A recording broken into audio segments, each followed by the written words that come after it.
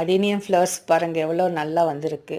அந்த பாட்டிலே நிறைய கீரைகளும் வாடாமல்லி செடி கூட வந்திருக்குங்க.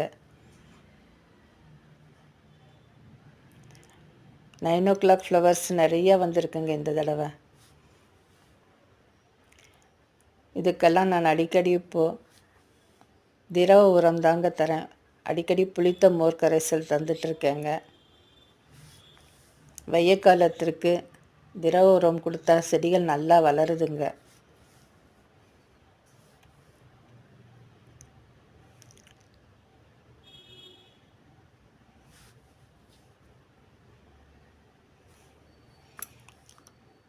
பாருங்கள் செடிகள் எல்லாம் எவ்வளோ செழிப்பாக வந்திருக்குன்னு.